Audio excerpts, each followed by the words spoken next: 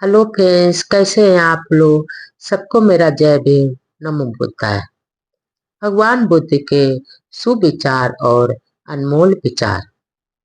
भगवान बुद्ध अपने भिक्षु संघ को एक कहानी सुनाते हैं। भगवान बुद्ध कहते हैं, किसी की यात्रा क्या लंबी हो जाती है। भगवान बुद्ध आगे कहते हैं, एक दिन राजा प्रसेनजीत नगर भ्रमण कर रहे थे, जब उनकी दृष्टि एक अति सुंदर स्त्री पर पड़ी। उनके हृदय में काम वासना का तूफान अचानक उठ खड़ा हुआ। उन्होंने पता लगाया तो पता चला कि वह एक गरीब व्यक्ति दुग्गत की पत्नी थी। राजा उस स्त्री को किसी भी प्रकार प्राप्त करने के लिए पागल हो रहा था। अतः उसने दुग्गत को बुलाकर उसके नहीं चाहने पर भी उसे जबरदस्ती अपने यहाँ नौकरी पर रख लिया। पर वह दुग्गत के काम में कोई ऐसा दोष नहीं ढूंढ पाया जिसके आधार पर उसे मृत्युदंड देकर उसकी स्त्री को हत्या सके। एक दिन राजा ने सोचा कि इसे कोई ऐसा कार्य दिया जाए जो संपादित नहीं हो पाएगा। उसका अभिप्राय मात्र इतना था कि इस बहाने वह दुग्गत को प्राणदंड दे देगा और उसकी पत्नी को अपना बना लेगा। उसने संध्या बेला में स्नान से पूर्व ही कुमुद कमल के फूल और अरुणावती लाने का आदेश दिया। अगर वह शाम के स्नान से पूर्व ये फूल लेकर नहीं आएगा तो फिर उसे मृत्यु दंड दे दिया जाएगा। दुग्गत राय में खाने के लिए थोड़ा सा भोजन पोटली में बांधकर कुमुद कमल के फूल और अर्णावती लाने के लिए चल पड़ा। रास्ते में उसने भोजन के थोड़े से अंश को एक राहगीर को खिलाया और बचे हुए चावल के कुछ दाने नदी में फेंक दिया। फिर वह जोर से बोल उठा, हे नदी के रखवालो, आप देखो कि किस प्रकार राजा प्रसेनजीत मुझे असंभव कार्य सौंप कर मार डालना चाहता है।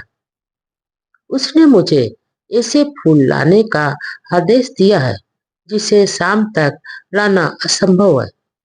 मैंने भूखे राहगीर को भोजन कराया है तथा मछलियों और जीव जंतुओं के खाने के लिए चावल के दाने दिए हैं।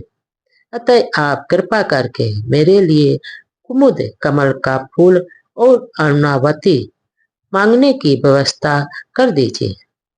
अच्छों के राजा ने उसकी प्रार्थना सुनी तो उसे दुग्गत पर दया आ गई।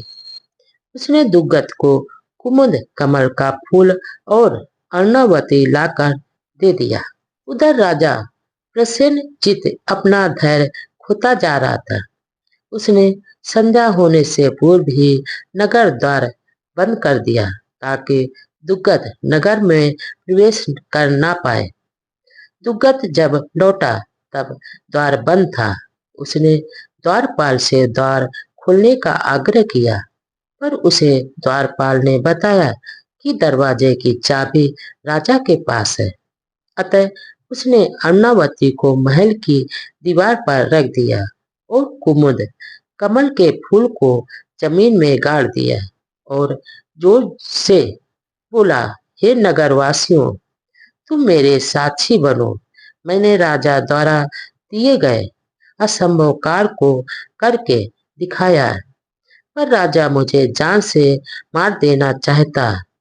ऐसा कहकर वह जेतवन बिहार की ओर चला गया और संपूर्ण रात भिक्षुओं के पास भयभीत होकर सोता रहा।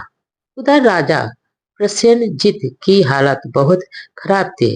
उसे पूरी रात बुरे बुरे सपने आते रहे और भयानक आवाजें आती रही। अगले दिन उसने अपने दुखद सपनों का जिक्र रानी मलका से किया और उसकी सलाह पर बुद्ध के पास गया। वहां पहुंचकर राजा ने शास्ता यानी भगवान बुद्ध को प्रणाम किया और उन्हें बताया कि कल रात इतनी लंबी थी मानो समाप्त ही नहीं हो रही थी। तभी दुग्गत ने सर मिलाते हुए कहा, अंते मुझे भी कल एक योजना की यात्रा बहुत लंबी लग रहे थे। बुद्ध ने दोनों की मनोदशा देखी तथा उन्हें समझाते हुए कहा, रात्रि के सपन में वे भयानक आवाजें उन चार लोगों की थी जिन्होंने कश्यप बुद्ध के समय पराई स्त्रियों के साथ संबंध रखा था। पराई स्त्रियों के साथ गमन करने के कारण वे अब तक नरक में लोक कुंड में सजा भुगत रहे। राजा सब कुछ समझ गया। उसे अपनी गलती का एहसास हो गया। तब शास्त्रा यानी भगवान बुद्ध ने धर्म प्रवचन में यह गाथा सुनाई थी।